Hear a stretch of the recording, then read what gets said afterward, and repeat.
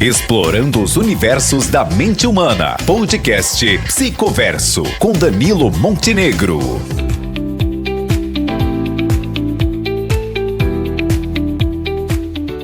Olá pessoal, boa tarde, tudo bem com vocês? Sejam muito bem-vindos a mais um programa Psicoverso. E hoje nós vamos falar sobre um assunto muito importante, sobre um tema que muitas pessoas, inclusive, já têm buscado lá no nosso Instagram, que muitas pessoas têm feito muitas perguntas e a pedido de vocês, a pedido de várias pessoas que buscaram lá e pediram que a gente trouxesse essa temática, eu estou aqui com grandes profissionais, com profissionais que são especialistas na área, para que a gente possa falar sobre autismo, sobre o TEA, que é um assunto tão delicado, que enfrenta tantos preconceitos no nosso cotidiano hoje. E eu trouxe aqui as nossas convidadas especiais hoje para tirar dúvidas, para levar informações para todos vocês e para que a gente possa ter um bate-papo aqui leve, descontraído, mas muito rico em informações para vocês. Eu quero apresentar para vocês aqui a Patrícia, psicóloga, a Ana Lilian, psicóloga também, e a Alessandra, que é terapeuta ocupacional. Queria que as meninas se apresentassem um pouquinho para o nosso público, né? Falassem um pouquinho de como é o trabalho de vocês no dia a dia, no cotidiano de vocês, para que a galera possa conhecer um pouquinho do trabalho de vocês e para que a gente possa começar a tirar todas essas dúvidas e falar um pouquinho de um assunto tão importante, tão delicado, que carrega tantos paradigmas, tantos estigmas, mas que a gente vai buscar hoje aqui trazer muitas informações importantes para quebrar esse preconceito. Perfeito. Eu sou a Patrícia, né? Sou psicóloga, trabalho hoje tanto no Hospital de Saúde Mental, como também trabalho na clínica, né? E a gente encontra muitos desafios quando a gente trabalha com crianças, adolescentes que também possuem o TEA, porque às vezes essa dificuldade também é enfrentada em vários locais, como escola, em casa, e por falta muitas vezes de conhecimento acaba se tornando bem mais difícil. Mas é um trabalho que a gente leva bem mais a fundo, trabalha com todas as dificuldades, também as potencialidades dessas crianças e adolescentes. Perfeito. Sou Ana Lília, sou psicóloga também, né? Eu trabalho com a abordagem da TCC, né? Atualmente eu atuo somente na clínica, né? Então, assim, eu trabalho com crianças, adolescentes e adultos, e aí faço avaliação neuropsicológica também, né? E aí a gente orienta as famílias, né? Quais são os melhores manejos, né? E orienta a escola. Então, tudo isso. A gente trabalha realmente nessa rede de apoio ali, amparando as famílias e ajudando, auxiliando, né? Essas famílias a se desenvolverem da melhor forma. Que é importante dizer que é imprescindível a gente não rotular, né? Não rotular. O diagnóstico ele não é para ser um rótulo. É para a pessoa entender o funcionamento dela e aprender também as habilidades necessárias para ter uma vida mais tranquila, né? Perfeito. Olá, eu sou a Alessandra, eu sou terapeuta ocupacional. Hoje eu atuo na Unimed Fortaleza e também atendo na clínica Desenvolva Mais, no Eusébio. E tenho a certificação, né, em integração sensorial de AIRES. Também tenho o curso de P2 no PCM. Para os outros cursos é aplicado a, enfim, motricidades, né? Toda a parte da terapia ocupacional, onde a gente também tem um foco e busca ver o ser como um individual, né? Não só rotular, né? A gente precisa olhar para esse ser de uma forma diferente, a gente precisa entender quais condições do ambiente, né, está favorável para esse ser ou não, e buscar realmente ter esse cuidado, né? Ter um olhar clínico diferenciado para cada indivíduo. Perfeito.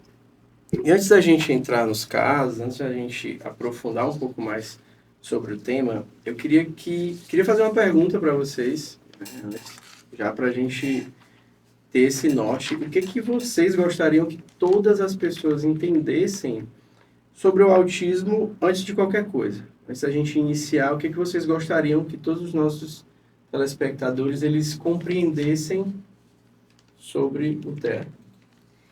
Eu acho que é muito importante, né, entender que o autismo não é birra, não é falta de afeto, não é ausência e não é falta de educação. É uma forma de perceber, é uma forma de ser diferente de outra forma.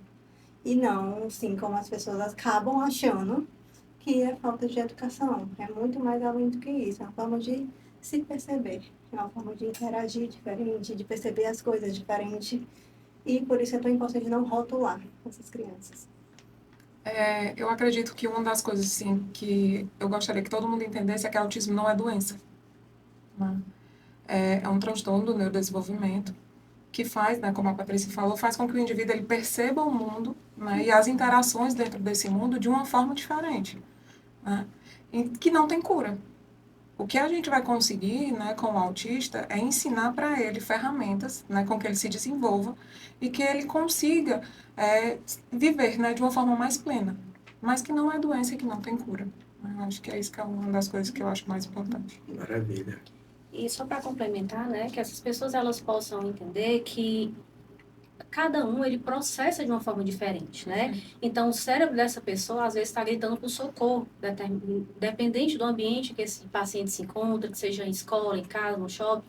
Então muitas vezes as pessoas não entendem.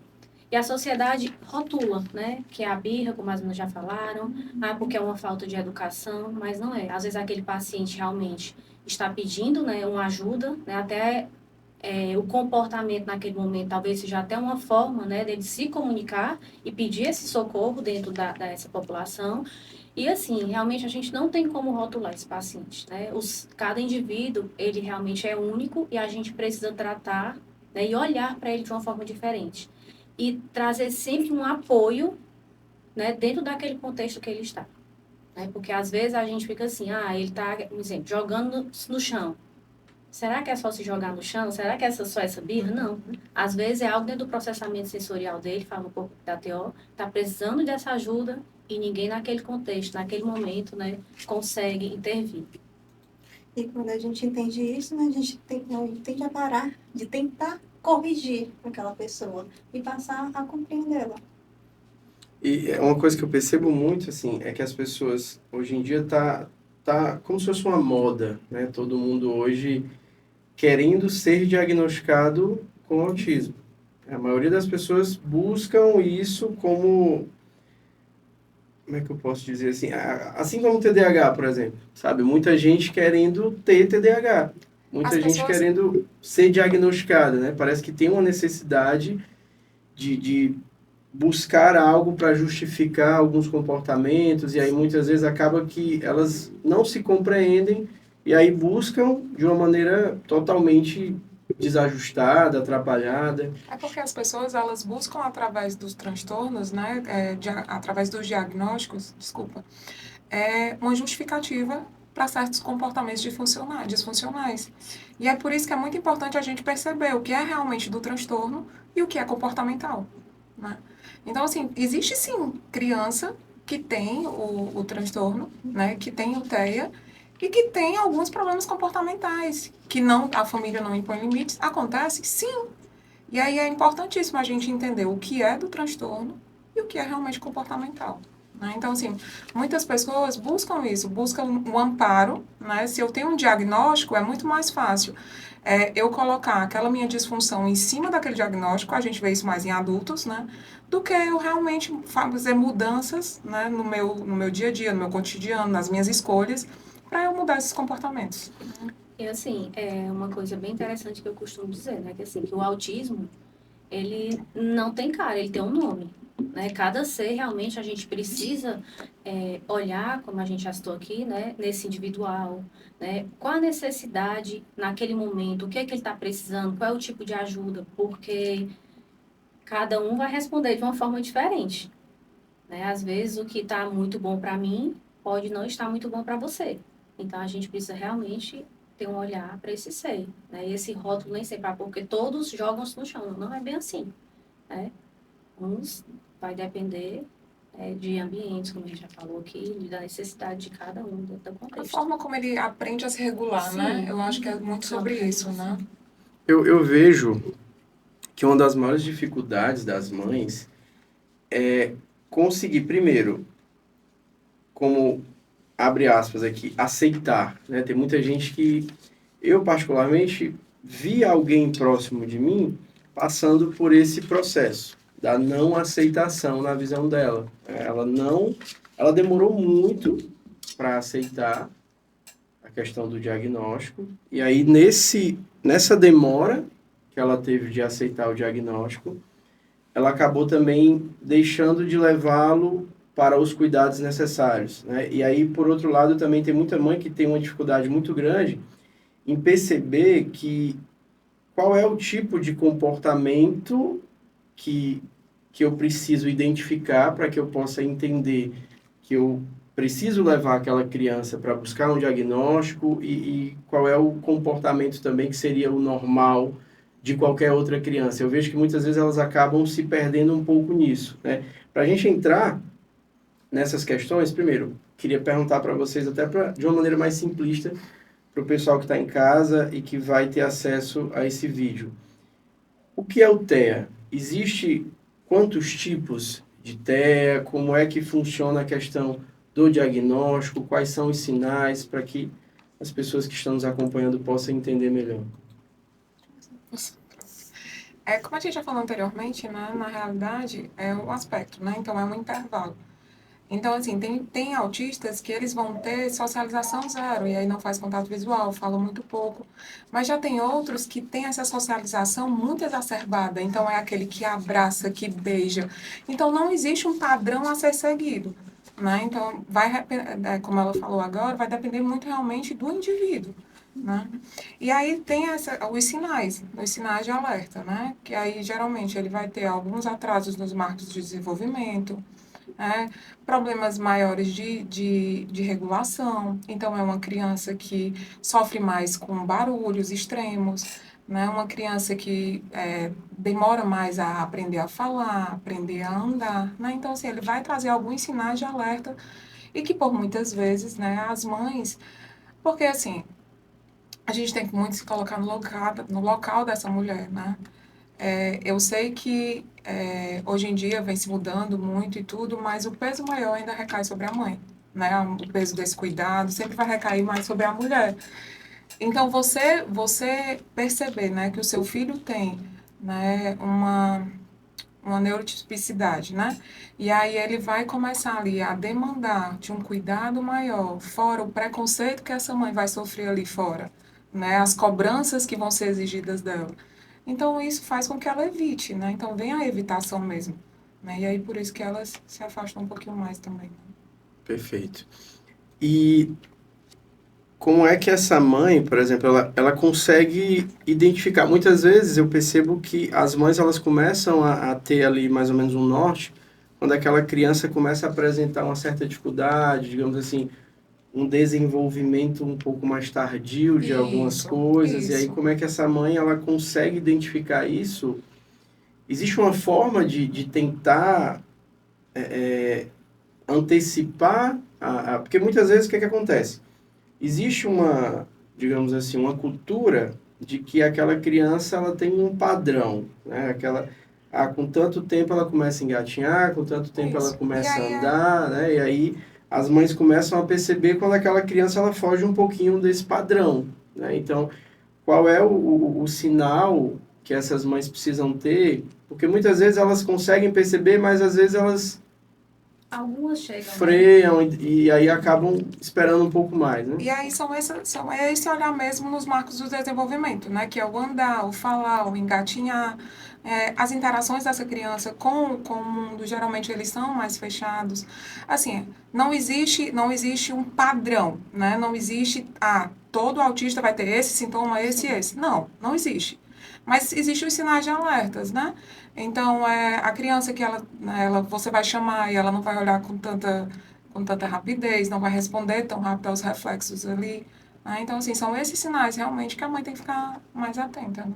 E muitas delas chegam, às vezes, também pra gente, né, nas clínicas, e falam assim, eu observei, quando não é o primeiro filho, já é o segundo, né? Mas o meu outro filho, ele não fazia isso. E esse aqui eu tô observando que ele faz. Então, às vezes, ela tem essa comparação, né, quando já tem esse filho, desses marcos de desenvolvimento. Acontece também casos em que essas crianças, né, elas vão atingindo todos os marcos do desenvolvimento. Também acontece o que a gente chama de regressão. De repente, como eles dizem assim, sumiu tudo. Parou de falar, não está mais conseguindo alcançar as habilidades dentro do marco de desenvolvimento. E começam os alertas. né? Também quando eles chegam à escola, né? Muitas vezes, esses pais, eles não percebem, ou por falta de conhecimento, ou de não entender realmente, né, o que é o espectro. E aí, na escola, né, eles, porque o seu filho tem birra, né? O seu filho está com alteração nisso. Então, assim, às vezes nem a própria escola consegue. E quando a gente fala de espectro, a gente está falando de uma grande diversidade de apresentações. Não tem como comparar, nem tem como comparar uma criança, uma pessoa com autismo com uma outra com autismo também. Elas não vão ser iguais. A apresentação sempre vai ser diferente. Mas uma coisa que elas compartilham entre si é a forma com que elas percebem e interagem o mundo, que essa é diferente. E a mãe, lá no começo, às vezes ela consegue perceber alguma coisa diferente, às vezes ela não sabe nomear. Sim. Ela sabe, eu sempre soube que meu filho tem alguma coisa aqui. E na dúvida, o sempre é importante pedir com que algum profissional adequado ele realmente avalie. Uhum. Seja, às vezes, na brincadeira, às vezes brinca de uma forma diferente. Às vezes, o falar, como já foi falado aqui, né? Também é um pouco, às vezes, um pouco atrás, um pouco fala de uma forma diferente. E existe algumas coisas, às vezes, que é mais sutis. Principalmente quando a gente fala de nível 1 também. Tem algumas coisas que são mais sutis, que às vezes parece que tá ali, que não tem nada, mas às vezes a mãe ou o pai ou aquele familiar sabe que tem alguma coisinha ali. E aí a gente fala da diversidade que é, porque não tem como dizer que vai ser assim, assim, assim. Tem como dizer que tem esse grupo de comportamentos, de formas que pode estar presente ou não. É tanto que cada paciente, né, ele tem um nível de suporte diferente. Às vezes tem paciente que consegue ter um dia a dia tranquilo, outros não. Porque eles precisam realmente, né, de uma modulação maior, o processamento sensorial deles não estão ok, né? E daí eles precisam de uma ajuda. Então, desde o suporte 1 ao suporte 3, e aí a gente vai, né, alinhando dentro, lógico, em busca desses profissionais, que a Paula acabou de falar, para que a gente possa seguir, né, numa rotina mais tranquila para essas crianças. E a importância de uma equipe multiprofissional mesmo, né, em torno desse indivíduo. Essa criança, ela precisa realmente de uma equipe mais completa, né, para ter esse amparato. E esses diversos olhares é que fazem realmente toda a diferença, né? Isso. Eu, antes de trazer essa temática para cá, eu fiz abri uma caixinha de perguntas lá no Instagram do podcast, e aí uma das perguntas que me chamou a atenção foi a pergunta que eu vou fazer para vocês agora. Qual a grande diferença e quais os grandes impactos de quem descobre que tem o espectro depois da vida adulta? Como é que essa pessoa... Porque eu percebo, através dos relatos, das perguntas das pessoas ali, que existe uma grande dificuldade de descobrir que eu tenho autismo depois dos 30. E agora, como é que eu faço? Né? Então, assim, muitas vezes você começa as coisas começam a fazer mais sentido, porque você começa a perceber, nossa, tudo isso que eu passei tinha a ver com a questão do espectro. Então, às vezes outras pessoas, eu vou usar termos mais simplistas aqui, era uma pessoa que era mais lesada, que não conseguia realizar tais atividades de uma maneira mais funcional, ou pelo menos da maneira que outras pessoas esperavam, né? Então, essa pessoa acabou tendo uma vida toda de grandes dificuldades, mas quando chega esse diagnóstico, muita coisa faz sentido. Mas, em contrapartida, e agora? O que eu faço? Como é que eu vou fazer a partir daqui? Existe, sabe, uma forma melhor de lidar com essa questão, de ter descoberto o TEA tardiamente, digamos assim? Eu acredito que o diagnóstico ele não pode ser algo que limite o indivíduo, né? Com toda certeza, um adulto, ele já conseguiu desenvolver algumas habilidades para poder conseguir ter uma vida mais funcional, né? Isso, por muitas vezes, pode trazer para ele muito sofrimento. Porque aí você vai ouvir de um paciente desse que eu sempre me senti diferente, eu sempre me senti estranho, eu nunca entendi por que eu era desse jeito. E ele é cobrado a vida toda isso, né? Então, ele é cobrado, por que você é assim? Por que você faz diferente de todo mundo? Isso vai trazendo crenças para esse indivíduo, né? E crenças disfuncionais, né? Então, assim, que aí pode gerar ansiedade, angústia e tudo. E a partir do momento que ele entende o que é que ele tem, aquilo explica. Então, eu era dessa forma porque realmente eu processo as coisas diferente, Não é porque eu queria, né? Porque geralmente o indivíduo ele toma isso, como se eu fizesse aquilo porque eu quero, porque eu não sou bom o suficiente. E não é isso, né? Não, tranquilo. Ele tem essas limitações, né? Então, o indivíduo ele não pode tomar aquele diagnóstico como algo que o limite, que o pare, mas sim que o faça entender o porquê que ele funciona naquele formato. E ele vem Perfeito. carregando, né, desde de muito cedo, assim, desde a infância, algo dentro desse ser, né, dentro dele, que nem ele mesmo consegue compreender. Então, assim, imagina o tamanho do esforço, né, do histórico de todo esse esforço para que ele chegasse na vida adulta, carregando tudo isso, passando por várias experiências que muitas vezes para ele foi incômoda, né? E assim, gera um grande desgaste emocional. E aí essa pessoa ela vai precisar, né, já na vida adulta, depois dessa descoberta desse diagnóstico, o que eu vou fazer agora, né? Então, assim, como é que eu posso lidar daqui para frente com a minha vida diante desse diagnóstico que eu recebi? Então, por isso que tem as equipes, né, os profissionais adequados para que a gente possa realmente estar ajudando essa pessoa dentro desse contexto. Tem os grandes impactos, né, emocionais de não ser diagnosticado previamente na infância, na adolescência. Quanto mais cedo, quando leva essa pessoa a chegar na fase adulta, gera impactos como a gente vê muito na clínica, que é de profundo sentimento de inadequação. Se acha que não se entende, né? Se acha que às vezes foi esquisito demais ou sensível demais, foi rotulado, como você trouxe, né? Que às vezes é chamado de lesado, às vezes é chamado de outras coisas, porque passou uma vida toda tentando se encaixar, tentando se entender, muitas vezes recebendo diagnósticos e diagnósticos diferentes. Porque aí já teve muitos casos que chegam com transtorno de borderline, quando a gente vai investigar a fundo, era um autismo não diagnosticado corretamente. Chega com outro tipo de transtorno, ansiedade muito intensa, mas isso, onde é que está a raiz disso? Às vezes está lá no TEA, que como não foi diagnosticado, está sendo tratado só os sintomas. Sem a pessoa conseguir entender. E a pessoa passa a vida toda tentando, de alguma forma, sobreviver e se encaixar a tudo e a todos, sem ter um espaço mínimo para se desenvolver. Ela se desenvolve meio que nos empurrões, às forças, porque ela tem que, de alguma forma, lidar com tudo aquilo. E depois que esse diagnóstico vem, existem dois lados. Tem pessoas que utilizam para se justificar, não, agora eu sei o que eu tenho isso, e às vezes pega esse laudo e usa isso como algo para se limitar. Como uma muleta, né? Agora vezes, tudo vai ser justificado a partir disso. Muitas vezes acontece porque já sofreram tanto que agora tem alguma coisa para me justificar e agora é isso. Só que o intuito do diagnóstico tem um outro lado que é diagnosticar para que a pessoa se entenda e a partir dali ela consiga ter uma qualidade de vida melhor. Por quê? Porque ela vai conseguir entender, então é isso que aconteceu comigo. Então eu não era a pessoa lesada. Eu tinha realmente dificuldade. Também eu não tinha um espaço adequado para me desenvolver.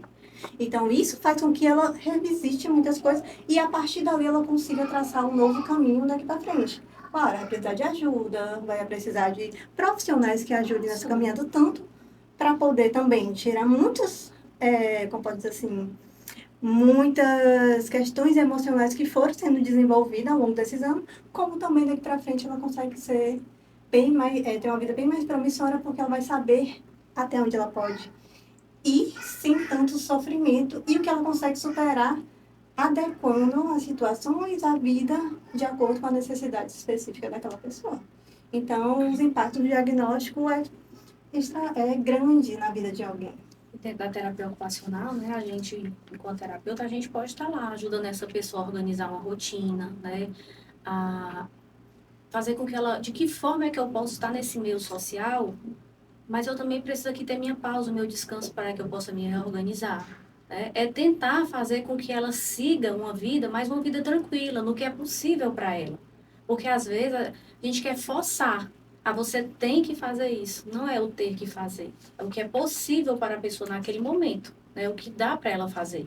Né? Então, com a rotina mais estruturada, né, com acompanhamento de profissionais adequados, ela vai, com certeza, né, lidar com esse diagnóstico de uma forma diferenciada, de uma forma mais tranquila, compreendendo agora tudo o que ela já passou anteriormente. Desde hoje eu trabalho também com avaliação psicológica, e já muitos casos que já chegaram para mim foi de algumas pessoas que chegaram como, eu tenho um transtorno tal. Tá, tudo bem. Tomou medicação, fez vários tratamentos ao longo dos anos, nada conseguiu ajudar aquela pessoa de fato. Ela está o tempo todo em crise, está tendo muitas coisas. E quando a gente, ainda, vamos reavaliar isso aqui, muitas vezes a gente acha. Por quê? Tudo bem, ela pode ter os outros transtornos, sim. Tem pessoas que desenvolvem muito, como comorbidade, ansiedade, depressão, por falta de não ter conseguido lidar com tudo isso, não ter espaço adequado para lidar com tudo isso, desenvolvem. Porém, às vezes a gente está tratando ansiedade e depressão e tem coisas que podem estar sendo a raiz disso, que é a dificuldade que a gente sabe que o TEA, ele também traz, que é uma forma diferente de ver o mundo, uma forma diferente de você sentir, de você pensar, de você interagir ali, que te traz muitas questões também, porque o mundo também não está adaptado para receber essas pessoas. Uhum. E uma das coisas que eu percebo muito é que as pessoas querem que quem tem TEA se adeque ao mundo e não o contrário, né? Então, eles têm que se adequar ao nosso funcionamento e não o contrário, né? E como já foi muito bem dito aqui por vocês, é uma forma de existir diferente.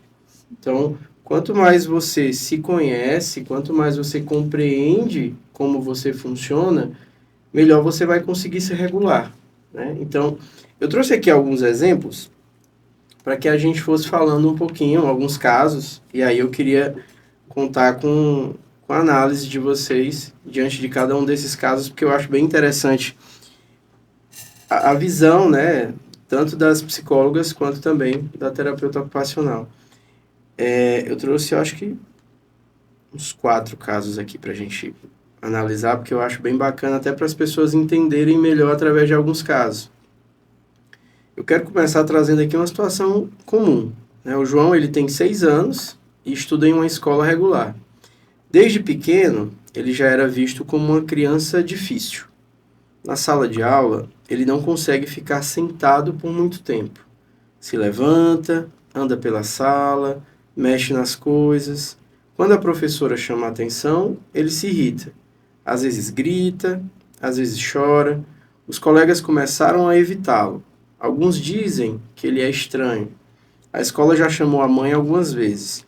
E o discurso é quase sempre o mesmo. Ele precisa de mais limite. Mas em casa, a mãe percebe outras coisas. O João se incomoda muito com barulhos, liquidificador, televisão, até conversas em grupo. Ele costuma balançar o corpo quando está nervoso. Tem dificuldade de olhar nos olhos. E aí fica a dúvida. Isso é comportamento? É falta de limite? Ou tem algo além acontecendo? O que pode estar por trás desse comportamento, Patrícia? Esse comportamento ele pode estar muito relacionado a uma sobrecarga sensorial e uma dificuldade de saber lidar com emoções do que a falta de limite em si. Porque as crianças dentro do espectro, as pessoas dentro do espectro, elas têm maiores sensibilidades a som, barulho, som, né? Cheiro, luzes. Isso tudo gera uma sobrecarga sensorial nelas. Com isso, faz com que elas se sobrecarreguem. E às vezes a forma que elas têm de se expressar são com alguns comportamentos porque elas não sabem se autorregular. Então os comportamentos que elas têm de se expressar são esses que às vezes são vistos como falta de limite. E não é isso, porque isso gera um desconforto real nelas, não é uma escolha delas de se comportar assim. É um desconforto que elas realmente estão sentindo, porque estar no espectro também é isso, é essa sensibilidade que muitas vezes não é vista por uma sala de aula, tem muito desses estímulos, como a gente sabe. E como é que eu consigo diferenciar desobediência de sinal clínico, por exemplo? Quando a gente fala assim, como é que eu vou saber, né? O que é comportamento, se ele está dentro do espectro ou se não está? Quando a gente tenta diferenciar isso, é onde acontece? Em que lugares ele apresenta esse comportamento? Qual a intensidade que eles acontecem? Porque, sim, uma criança, ela pode, sim, apresentar birra. Ela pode estar dentro do espectro, ela pode apresentar birra. Porque ela faz uma criança. Pode coincidir. Pode coincidir. Às vezes, as pessoas esquecem que uma criança ou uma pessoa com TEA, ela ainda assim é uma criança. Ela é uma criança, ela vai passar por todos os marcos de desenvolvimento como outra criança. Porém, de uma forma diferente, mas ela vai crescer, ela vai desenvolver, vai passar pela adolescência, ela vai passar por esse processo. Então, como é que a gente diferencia se é do espectro ou se não é? É a intensidade que acontece, aonde que acontece, qual é esse ambiente que está acontecendo, o que é que está acontecendo ali. Se é em todos os ambientes também, se não é um Sim. local isolado, né? Exatamente. E às vezes aprender a ouvir a criança. Às vezes ela não consegue falar o que ela está sentindo, mas o comportamento dela está falando. E De uma maneira sim, diferente, está falando. mas tá falando. E a gente, é isso, aprender a escutar essa criança para entender qual é o momento que ela está apertando o birra e qual é o momento que ela realmente está sobrecarregada. Perfeito. Aí a gente pega um ambiente, a gente tira a criança dessa do momento de um lugar que gera muito estímulo para ela, e aí a gente vai perceber, ela continua apresentando, essa é birra, essa não é. Uhum. Porque às vezes só tirar ela daquele local e adequar o local de uma forma que ela consiga estar ali dentro, bom, essa famosa birra, ela tende a diminuir muito. Porque ele para de gerar sofrimento para ela. Sim. E esse ambiente, ele pode estar sobrecarregando essa criança com vários estímulos ali ao mesmo tempo, com várias, como foi trazido também muito bem aqui pela Patrícia, com várias pessoas falando ao mesmo tempo. Esse ambiente, ele tem, de fato, um impacto muito grande? Sim, a escola é um dos ambientes que tem bastante, né, impacto nessa vida da criança, porque o que acontece? O espectro autista, ele apresenta alterações dentro do processamento sensorial. E aí, pegando um pouco para o que vocês estão falando, vamos ver a questão da hiperreatividade auditiva. O que é isso? Um som que parece normal para mim, para ele não é. Então, a escola é um ambiente, né, que todos os momentos tem barulhos, é uma cadeira arrastando, são vozes, é uma sirene que toca, né, lá pro recreio, hoje em dia já é uma música, né? Então, tudo isso, o que que acontece? Leva um desconforto, né, dessa criança dentro do espectro, causa ansiedade, vem as crises, né, que essas crises ou podem ser comportamentais, porque estão sobrecarregadas, e muitas vezes, né, o mais importante, para não falar, é entender, porque as escolas, hoje em dia, elas não têm esse preparo. As crianças, elas estão dentro daquele contexto, né? E, assim, eu falo porque eu já cheguei a tentar fazer visitas escolares, a gente vai até a escola para fazer essa observação, adaptação para esse ambiente, e às vezes a gente é meio que barrado, vamos dizer assim, né? A gente não pode ir até a sala daquela criança, mas a escola chega, pai, ó, seu filho está fazendo birra todo dia, né? E aí a gente pergunta, é birra? Será que essa criança não está sobrecarregada demais? Não tem um momento, não tem algo que eu possa fazer, né, para estar ajudando essa criança? E aí é muito interessante que a gente possa observar isso também. E quais os tipos de adaptações simples que poderiam ser feitas para ajustar? Tem o uso de abafadores, né? A gente pode oferecer abafadores para essa criança. Pode também fazer com que essa criança saia um pouco do ambiente que está trazendo muito ruído, muito informação para ela naquele momento. Né? Não é que você vai excluir a criança do ambiente, mas você vai retirar ela um pouco, ela vai estar se organizando e ela vai voltar para aquele ambiente. Né? Então, tudo isso é uma rotina com a previsibilidade. Se for necessário, uma gravura, falar para a criança, ó, daqui a pouco vai tocar, a gente vai para o recreio, lá embaixo. Então, se você dá essa previsibilidade para essa criança, porque tem algumas crianças com TEA que eles também têm uma rigidez cognitiva muito grande. E aí, imagina, hoje a gente está indo, eu sempre vou dessa mesma escada, passo no mesmo corredor. Não, hoje a escada está interditada, eu tenho que passar por outro canto, tem um barulho de uma furadeira. Você imagina que só esse percurso, o tamanho do transtorno que já trouxe para essa criança, né? Então, assim, é algo desagradável para ela e que muitas vezes elas nem conseguem verbalizar. Né? Essas crianças, às vezes, não sabem falar. E aí, esse comportamento de se jogar, esse comportamento, né? Às vezes, em forma de birra, como elas relatam, como eu disse no início, é um socorro. Gente, me ajuda. Ela tá falando algo. Assim. Ela está se comunicando, Gritando. né? E as pessoas muitas vezes não estão preparadas para esse tipo de comunicação, né? E assim, só uma coisa que eu queria ressaltar, né, também a importância, né, já que é direito também dessas crianças, desse acompanhamento terapêutico, né, de um acompanhante terapêutico dentro de uma sala de aula para mediar uma intervenção dessa. De repente, né, já que ele faz algum acompanhamento fora, né, dentro de uma equipe disciplinar, então, que ele possa também ser um mediador, perceber o que está acontecendo nesse ambiente, né, levar até os profissionais, porque isso também ajuda muito a gente, né. Perfeito. E também a gente traz a questão de que não é só a criança que tem que se adaptar. A gente precisa que as pessoas tenham conhecimento para poder entender a linguagem que ela está falando. porque ela está comunicando. Porém, o problema está sendo a comunicação dela, que é o quê?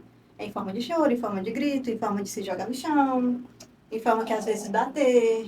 Então, ela está se comunicando. Então, a criança ela tem que aprender a se comunicar direito, mas também, será que o adulto que está ali responsável não tem que entender a linguagem dela para que ensine ela a se comunicar de uma forma mais eficaz? E a importância do preparo desses profissionais que vão lidar com essas crianças. E aí eu falo dos professores mesmo.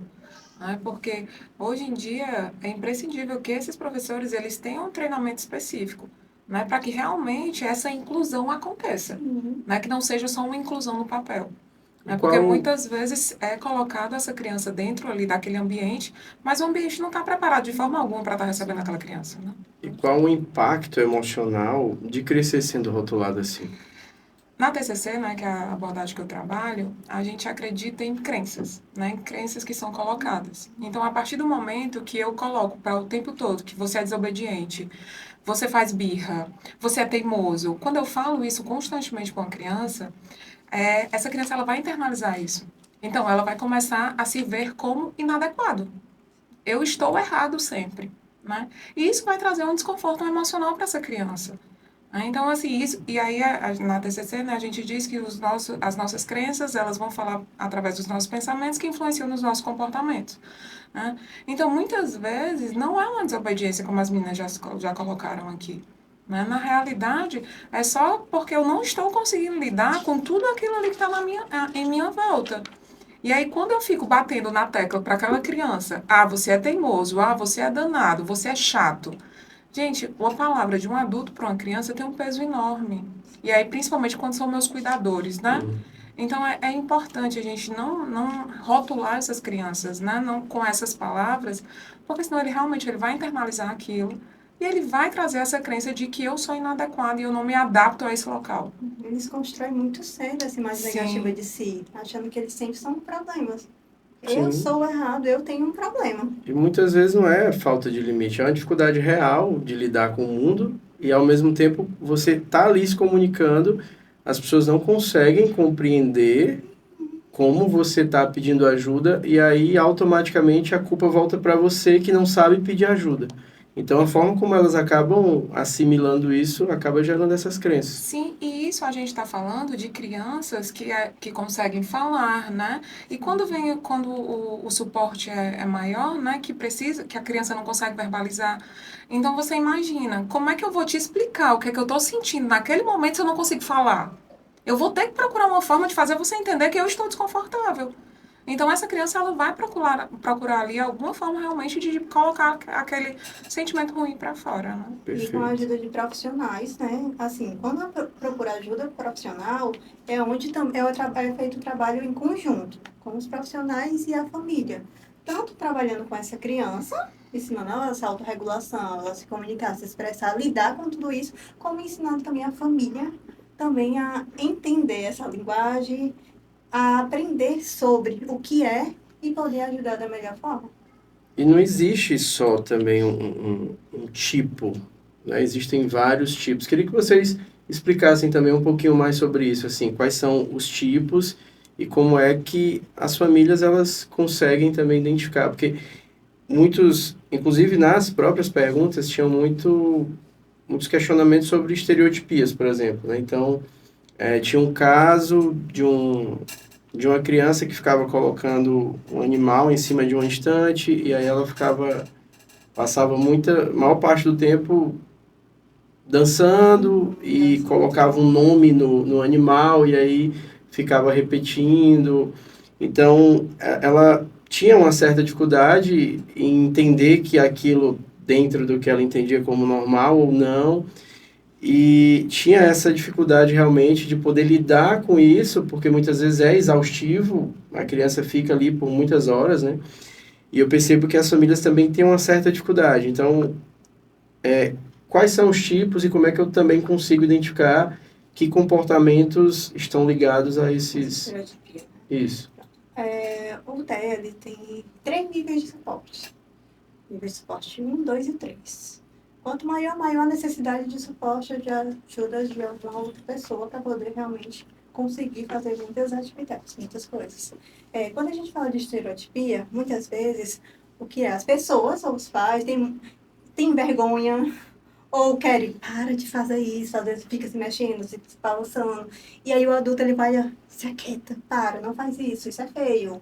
E aí a criança, ela fica ali tentando se controlar de alguma forma para não fazer. Porém, o que é a estereotipia? É uma forma que a pessoa tem de tentar lidar com a sobrecarga que está passando naquela situação. É uma forma de autorregulação. Às vezes elas andam de um lado para o outro, às vezes elas balançam as mãos, o tronco. Existem várias formas, cada um vai desenvolver, cada um apresenta de uma forma diferente. Porém, como está ligado ao contexto social, tipo, se você fazer isso, vai parecer estranho. Alguém vai te olhar e vai dizer que tem alguma coisa errada, vai te chamar de doido. Para com isso. Então, ele fica tentando, é uma sobrecarga maior ainda ter que controlar isso também, sendo que isso é um mecanismo para poder lidar e ajudar a passar por aquela situação que está sendo como se fosse uma descarga ali, um alívio, né? É uma regulação, uma forma dele se regular, né? E aí o que ela falou aqui agora, né, que os pais tentam aquele controle por medo do olhar do outro, e aí a gente vê isso, né, dentro da nossa sociedade. Todas as crianças que têm TEA ou adultos, eles andam identificados, que é tipo assim, ó, se eu tô agindo diferente, é porque eu sou diferente, né? Mas será que era necessário mesmo? Entende? Né? É necessário realmente que eu diga, olha, que eu justifique os meus comportamentos o tempo todo? Né? Então, assim, ainda existe ainda uma necessidade muito grande a nossa sociedade entender que o normal não existe, gente. Até porque se eu partir do pressuposto, por exemplo, se eu tenho TEA, automaticamente eu vou enxergar a forma dos normais diferente da minha. Então, quem será ninguém precisa provar para mim. Né? Então, será que quem tá errado não são eles, né? Os neurotípicos? Né? Então, fica realmente esse questionamento aí em aberto. E aí, quando você fala, vendo um pouco da TEA, né? Alguns, eles têm mais sensibilidades do que o outro. Alguns têm no ambiente, eles conseguem se adaptar mais fácil do que o outro. Então, tem que ver realmente todo o contexto, né?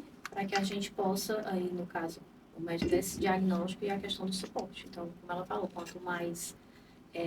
não vou dizer assim, falta de habilidades. Quanto mais ele tiver dificuldades, né, mais ele vai aumentar o nível de suporte. E na terapia, no acompanhamento, né, quando a gente vê algumas estereotipias, existe algumas, sim, que pode trazer alguns machucados, pode machucar a criança. Então, a gente vai tentando trabalhar com ela uma forma com que aquela estereotipia ela seja algo mais leve, mais, pode ser que não traga prejuízo para ela, não relacionado ao que o outro vai olhar e não vai perceber. Nós não trabalhamos com essa parte, porque, como eu disse, né, a gente não vai pegar uma pessoa com autismo e vai tentar encaixar ela para que ela seja aceita no mundo. Vai fazer com que ela consiga ser mais funcional, sim, mas dentro do que ela é. E aí a gente vai tentando trabalhar esse manejo dessa estereotipia de forma que não machuque, porque existem alguns que acabam se machucando, mas de uma forma que se torne algo que seja manejável e saudável para ela. Tem que ver assim, né, que o diagnóstico, ele é o mesmo. Mas essas características, elas são individualizadas, é do ser. A Patrícia falando, me veio um exemplo aqui bem prático de acho que são 2 irmãos, se eu não me engano, eu esqueci só o nome agora, mas tem no Instagram. E aí, de vez em quando, aparecem uns vídeos que a mãe deles posta, que ele fica numa bola, assim... Como é que chama aquelas bolas? Tipo de pilates, né? Sim. E aí ele fica aqui com a TV e mexendo no controle, se jogando na bola e voltando. E eu fico, meu Deus, eu queria ter essa coordenação motora. Só que ali você percebe que existe um risco grande dele se machucar, né? A gente percebe ali, com esse novo vício de ficar olhando os comentários, né? Aí tem muita gente que critica... E, enfim, tem gente que acha que tem que opinar em tudo, mas, ao mesmo tempo, tem muita gente também que se admira, eu mesmo me admiro daquela coordenação motora, porque eu não tenho, e a mãe fica preocupada, né? Muita gente pergunta, ele já se machucou? Porque é muito rápido e ele consegue fazer várias coisas ao mesmo tempo, né? E aí seria essa situação de risco, né? Sim, hoje existe até alguns... brinquedos e ferramentas, eu acho que ela até utiliza mais, né? Que se utiliza até para que eles consigam tirar essa sobrecarga sensorial, não é nem tirar, diminuir, na verdade, né? De outra forma, como é uma forma de evitar algumas estereotipias que pode trazer risco, mas tem outras que são bem mais difíceis, mas é um trabalho contínuo e constante, né? Algumas estereotipias, né, chegam até a gente também em queixa dos cuidadores, né? E aí eu vou te trazer um caso. Uma criança, ela trocava de roupa o tempo todo. O tempo todo, o tempo todo, o tempo todo. Isso trazia muito desconforto para a mãe. Aí porque você tem que dar conta da casa, conta da criança, e o tempo todo aquela criança querendo trocar de roupa, né? E aí foi desenvolvido junto com ela, a gente começou a trabalhar com boneco, né? Vamos trocar a roupa do boneco? E aí a gente conseguiu fazer com que ele deixasse de querer trocar a própria roupa como forma de regulação e começou a trocar a roupa do boneco. Aí, muito mais fácil para a mãe ter que lidar com as roupas do boneco, né, do que com as roupas dele o tempo todo. Né? Então, assim, a gente vai ajudar, auxiliar com que ele realmente desenvolva ferramentas para lidar melhor com aquela situação. E aumentar esse repertório, né, Isso. também? Aí percebe que a estereotipia, a gente não tira ela. Só transferiu, A né? gente só Transfere de transferiu. uma forma que seja mais funcional dentro daquela família, dentro daquele contexto, dentro da situação, como fica melhor para aquela criança e família. Acho que até porque o desconforto grande para ele também, né? Sim, Fica sim. trocando várias vezes a roupa, não só para a mãe. E gera sofrimento para ele também, porque uma hora vai sobrecarregar quem está ali cuidando, vai sobrecarregar a mãe que estava cuidando, e automaticamente vai Vai ter sobrar uma pra descarga ele emocional também, Sim. né, dela para ele. Isso, afeta demais. E eu queria trazer aqui um outro caso sobre... São nomes fictícios aqui, né? A Ana, ela tem 24 anos. Desde criança, sempre foi chamada de quieta, na dela, evitava festas, ambientes cheios. Na adolescência, percebeu que interações sociais eram muito cansativas. Ela conseguia se adaptar, mas saía sempre esgotada. Com o tempo, começou a observar, imitar comportamentos, ensaiar falas, mas por dentro sentia que algo não encaixava. Recentemente, se identificou com relatos de pessoas autistas. Ao compartilhar isso, ouviu: "Mas você é normal, isso não tem nada a ver." E aí surge o conflito. Como validar algo que ninguém reconhece? Para complementar isso aqui, queria só trazer um relato também que aconteceu de uma pessoa que descobriu, teve o diagnóstico do TEA com Tardio, né? 30 e poucos anos, assim, parecido com o caso da Ana, e que ele falou que ele sempre foi uma pessoa funcional aos olhos dos outros, né? Mas ele sempre teve muita dificuldade para se adaptar, ele sempre percebia alguma coisa, digamos assim, diferente nele. Ele tinha que criar um repertório muito maior para se adaptar às coisas do que os outros meninos ali que conviviam com ele. E aí, depois que ele teve esse diagnóstico, ele disse que causou um certo incômodo porque ele estava conversando com um amigo e aí ele percebeu que ele foi relatar para o amigo e aí o amigo dele: "Não, mas tu não tem não, cara, tu andava em festa, né, e agora tu não anda mais e como é que isso, tu sempre foi..." Aí o amigo ainda falou assim: "Eu acho que isso aí sou eu, porque eu é que nunca gostei, né, então isso comigo aconteceu desde sempre." Então eu acredito que ninguém consiga sair dessa situação de um dia eu vivi cercado de pessoas e de barulho e beleza, e aí agora eu comecei a não mais me identificar com isso. Eu começo não gosto mais de ir para festas, o barulho já incomoda bastante. Então ele falou, era como se eu estivesse tendo que provar para a pessoa que eu tenho uma coisa, sendo que nem é o meu objetivo provar para ninguém. Era simplesmente dizer que depois que eu descobri o diagnóstico, muita coisa começou a fazer sentido e começou a se encaixar. Muito parecido com a Ana aqui, com os 24 anos, que ela, de certa forma, tinha uma vida funcional, de alguma forma era funcional, né? Mas que aí, aos poucos, foi descobrindo que já não tinha mais essa questão. Eu não me sinto mais confortável com barulho, né? Eu não me sinto mais confortável rodeado de pessoas, então eu já quero ficar mais isolado, e aí só porque um dia eu já fui um pouquinho diferente, mas com muita dificuldade, hoje, não, tu não é não, relaxa aí que acho que te deram um diagnóstico errado. Então, e aí surge esse conflito, né? Como é que eu consigo validar isso? E principalmente para as pessoas que não conseguem perceber isso e não conseguem identificar. E aí eu queria, partindo desse pressuposto, fazer uma pergunta. Por que que o autismo em adultos, ele passa despercebido? Isso é um relato que se trouxe muito comum, né? Então, quando a gente fala de autismo em adultos com diagnóstico tardio, na maioria dos casos, são até nível de suporte 1. Como é o nível de suporte 1? São sintomas um pouco mais sutil do que os outros níveis de suporte. Geralmente, as pessoas tendem a conhecer aqueles níveis onde os comportamentos são mais expressivos, onde as pessoas conseguem ver. E o nível de suporte 1, os comportamentos são um pouco mais sutil. Sutil como? Não está dizendo que não tenha sofrimento, mas que acaba passando um pouco mais despercebido porque, de alguma forma, aquela pessoa ela consegue ir sobrevivendo, ir se adaptando, ir levando muito, mas não significa que ela tenha conseguido isentou ela de sofrer, Uhum. de passar por sofrimento, questões emocionais. Então, por que passa tão despercebido? Por isso também, porque ela se adaptou. A gente vê muito isso também em mulheres, principalmente. Porque elas aprendem a mascarar. Quando a gente fala de mulher, ainda é mais sutil ainda, porque existe um masking, onde ela aprende a imitar, a imitar aqueles comportamentos, consegue se adaptar, consegue esconder, consegue se ajustar. E aí as pessoas dizem, não, tu não tem cara. Uhum. Já, Como se tivesse uma cara, né? uma cara. Aí hoje tem um cordão, né, que se usa, mas que não é obrigatório e nem não precisa ser. Mas hoje ainda tem um cordão que as pessoas dizem, mas todo mundo anda com cordão. Uhum. E não precisa, Tipo assim, porque... se você não andasse com cordão, com Você não identificação, eu tivesse- sou dela, né? Você não pudesse ter um comportamento, né, Isso, do que você está sentindo, né? Nem assim, quando você expor o que você está sentindo.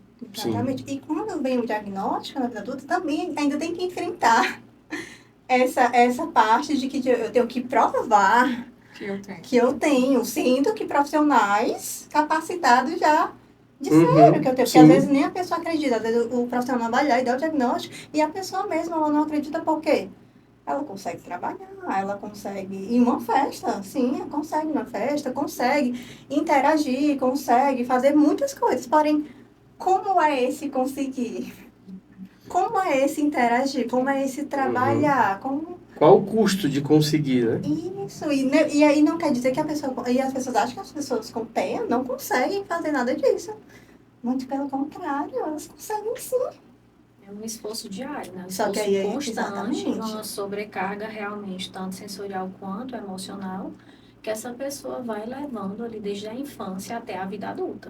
Né? Uhum. Então, a gente realmente precisa ter, né, a gente como sociedade, esse olhar diferente. É assim como a Patrícia falou, né? Assim, a maioria dos indivíduos, né, eles vão desenvolver essa camuflagem social. Então, eu vou começar realmente a imitar o meu colega. Por quê? Porque eu sinto a necessidade, né, de me fazer ser aceito. Então, eu vou desenvolver estratégias para eu ser aceito dentro daquele ambiente. O barulho me incomoda, mas eu fico aqui e não falo para ninguém. E aí, quando ela fala, a que custo? E aí vem o sofrimento. E a partir do momento que aí, como você trouxe, né, desse conhecido, que ele diz, eu tenho, eu entendo o que eu tenho, então a partir de agora eu não preciso mais fingir para ninguém. É como se ele aceitasse realmente quem ele é. Eu não vou ter que me adequar mais a ambiente nenhum, eu não vou ter que me adequar a funcionamento nenhum. Eu vou conseguir realmente ser quem eu sou e fazer o que eu quero. Porque hoje eu entendo que o meu funcionamento é diferente. Então, essa camuflagem social, ela traz muito sofrimento para o indivíduo. Muito sofrimento mesmo. Sim, demais. E muitas vezes. E tem pessoas que podem continuar gostando de festa, gostando, porque nem toda pessoa com autismo é igual a outra. Tem Uhum. umas que têm mais sensibilidade auditiva, tem outras que têm mais sensibilidade na pele, tem outras que conseguem estar em alguns ambientes com barulho, porque não é todo barulho que incomoda. Existe um tipo de barulho específico, existe uma tonalidade. Às vezes, tô aqui onde tem muita gente, tem um barulho aqui de som e a pessoa tá lá. Aí aquela barulho de furadeira ali, pronto, incomodou. Ou aquele tipo de voz de uma pessoa já incomoda, porque é diferente para Sim. cada um. É como você percebe aquilo. E as pessoas entendem que porque tem sensibilidade sensorial, não pode Ouvir fazer barulho isso, nenhum. não pode ouvir barulho, não pode estar isso.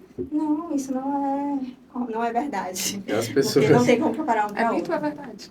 Aproveitando É até o gancho aqui, né? Como a gente já vai entrar agora no bloco final, eu queria fazer uma rodada com vocês aqui, inclusive de mitos e verdades. Algumas perguntas que foram surgindo e que eu acho interessante que porque a desinformação ela fala muito, né? E infelizmente essa desinformação ela traz esses preconceitos em relação ao autismo, né? A questão do barulho.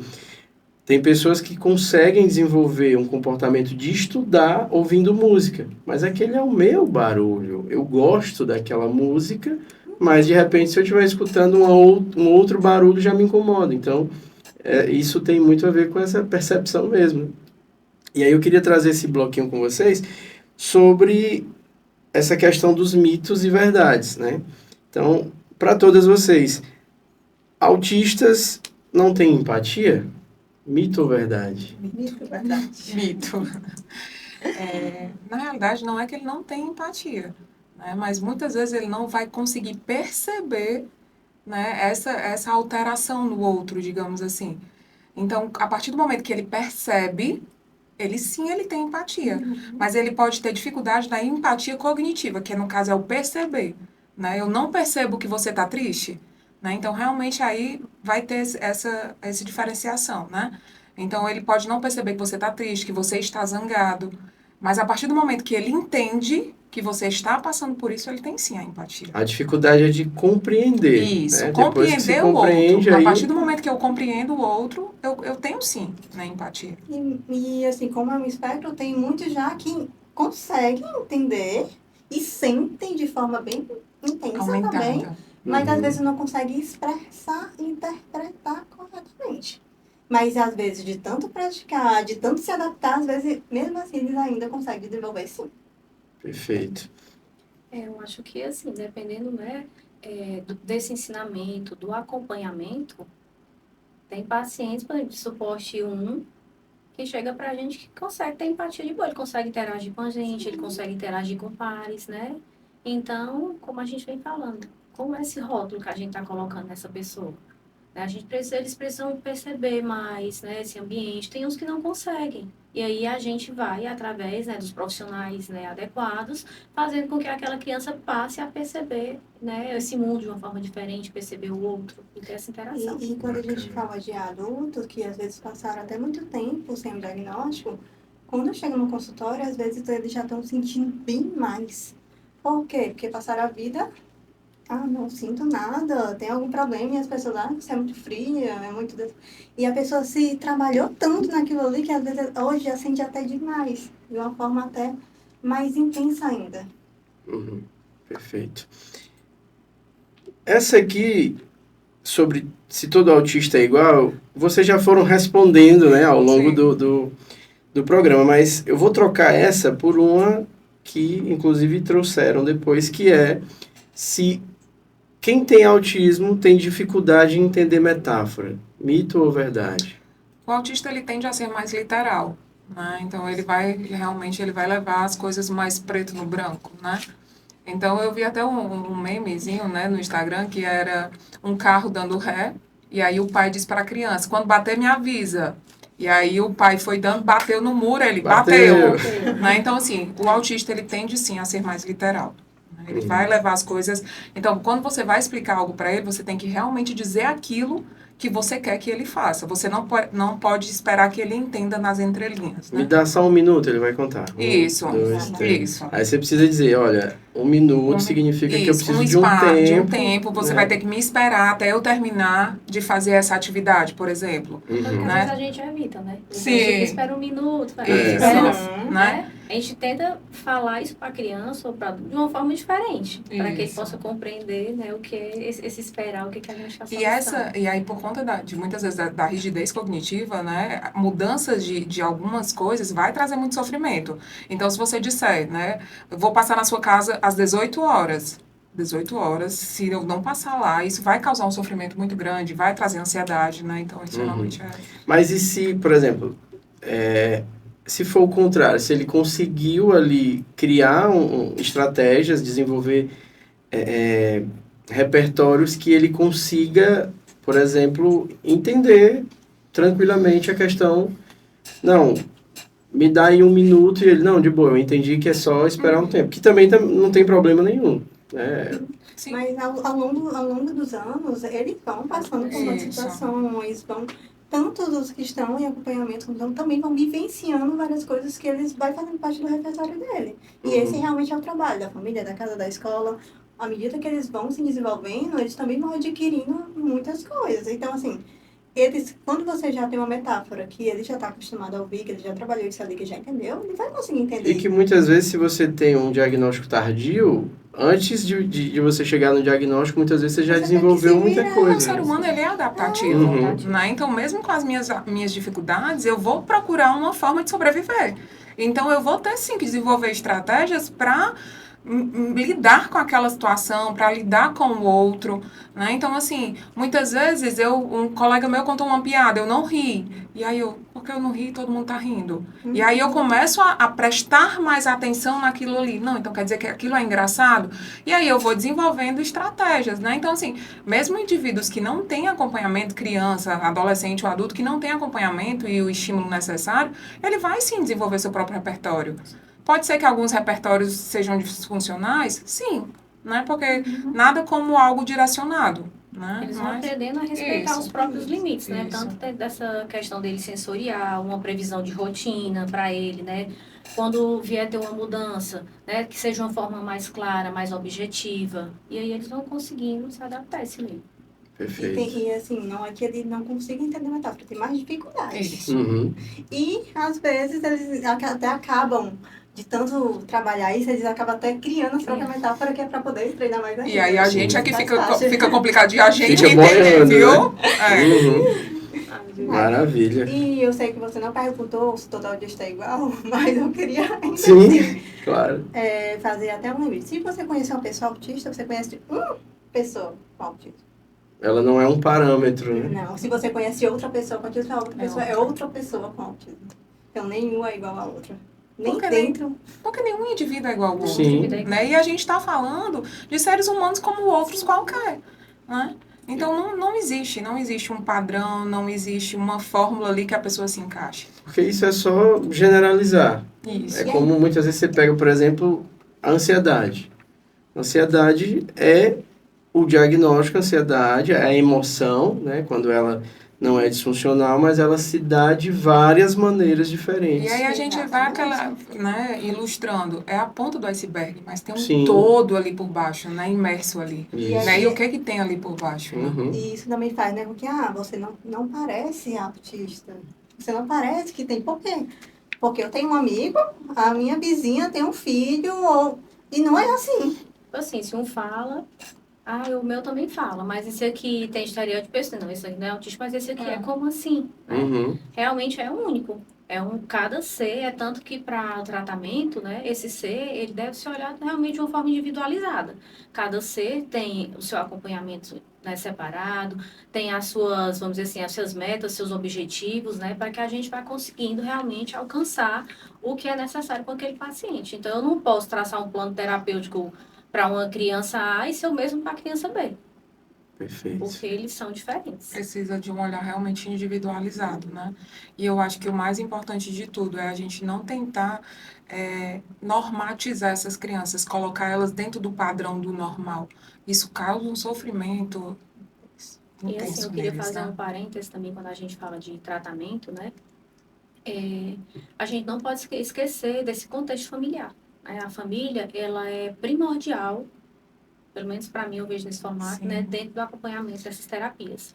Porque as crianças passam ali com a gente 50 minutos, 40 minutos, a gente dá o apoio, o suporte, e quando essa porta fecha? Como é que ela generaliza? Como é que ela consegue fazer ou aprender o novo se ela vem ali, às vezes, uma vez por semana, né? Então, a família também precisa, né, acreditar nesses profissionais que estão perto da gente. Eu vou citar aqui também a questão da classe médica, né? Realmente esse apoio com a gente, né? Que, através de relatórios que a gente encaminha, né? Que esses pais realmente possam levar até os médicos para que eles compreendam, né, o que está acontecendo no dia a dia com ele. Porque eu já passei num caso que a criança, tipo assim, ia no médico a cada, às vezes, um ano, não era nem os 6 meses, era às vezes a cada 1 ano. E quando chegava ali, o médico perguntava se estava tudo bem. Elas não levavam esse tipo de relatório, não levavam para conhecimento médico o que precisava dizer. Mas essas cobranças, elas existiam para a gente dentro do consultório. E a família. Né? E quem está perto, é a escola. Então, não é só o terapeuta. A gente não faz milagre. A gente está aqui para ajudar diariamente, né, dar esse suporte, mas a gente precisa contar com o apoio de quem está em volta. O seu discurso foi perfeito, né? E é muito isso que eu falo pros pais, né, que eu acompanho. Ele passa 50 minutos comigo por semana, mas todo o resto ele vai estar em casa, ele vai estar na escola, né? Ele vai estar nos outros ambientes. Então, se as intervenções, né, que a gente orienta os pais a fazerem, se elas não forem aplicadas, é como se eu pegasse uma caixa de remédio, olhasse para ela e não tomasse. Né? Então, não vai surtir efeito. Você não vai... Não tem como... não existe uma receita de bolo, né? Mas vai ter as orientações que a gente vai chegar lá, vai entender e vai dar. E precisam ser aplicadas. Né? Não adianta nada eu levar meu filho todo dia para terapia, para TO, né? Para tudo, se realmente, a partir do momento que ele está ali dentro de casa, se eu não aplicar realmente. Perfeito, perfeito. Gente, eu queria agradecer demais a vocês pela participação de hoje. Para mim, é um motivo de honra muito grande ter recebido vocês aqui. Esse assunto, ele tem potencial, assim, para um programa de umas 3, 4 horas, né? E eu queria aqui já deixar o convite para vocês, tá? Eu sei que ainda vai ficar muita dúvida para o pessoal de casa, acho que ainda tinha muita coisa para a gente falar, mas eu queria convidá-la, já deixar esse convite aqui firmado para a gente fazer uma parte 2, tá? Desse programa, porque é muito bom, né? Infelizmente a gente vai ter que encerrar por questão mesmo de tempo, mas eu queria já deixar esse convite firmado com vocês, né? Queria saber se vocês topam para a gente fazer essa parte 2 e aí trazer muito mais informações. E eu queria também pedir para que vocês deixassem uma mensagem final. Primeiro, deixem aí as redes sociais de vocês, tá? Para que quem estiver nos assistindo possa seguir vocês, possam conhecer melhor o trabalho de vocês e que vocês deixassem uma mensagem final para cada uma das pessoas que estão acompanhando o nosso programa. Meu Instagram é Patrícia Rodrigues. E o que eu queria deixar como uma reflexão, né? Como algo para encerrar esse momento. Aproveitando, eu aceito sim, tá? A parte 2. Que o autismo convida a gente a ampliar o nosso olhar.